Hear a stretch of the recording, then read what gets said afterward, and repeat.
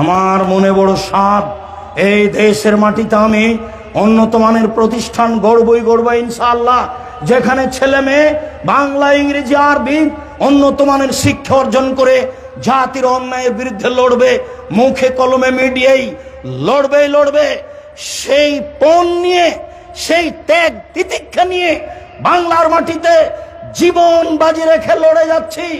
সম্মানিত দিনী ভাই বোন, সেটাই হচ্ছে জামিয়া সালাফিয়া, দেশের সর্ববৃহৎ প্রতিষ্ঠান জামিয়া সালাফিয়া। প্রায় 100 বিঘা জমির উপরে রূপগঞ্জ, নারায়ণগঞ্জ, ঢাকা জামিয়া সালাফিয়া আয়তনে সবচেয়ে বড়।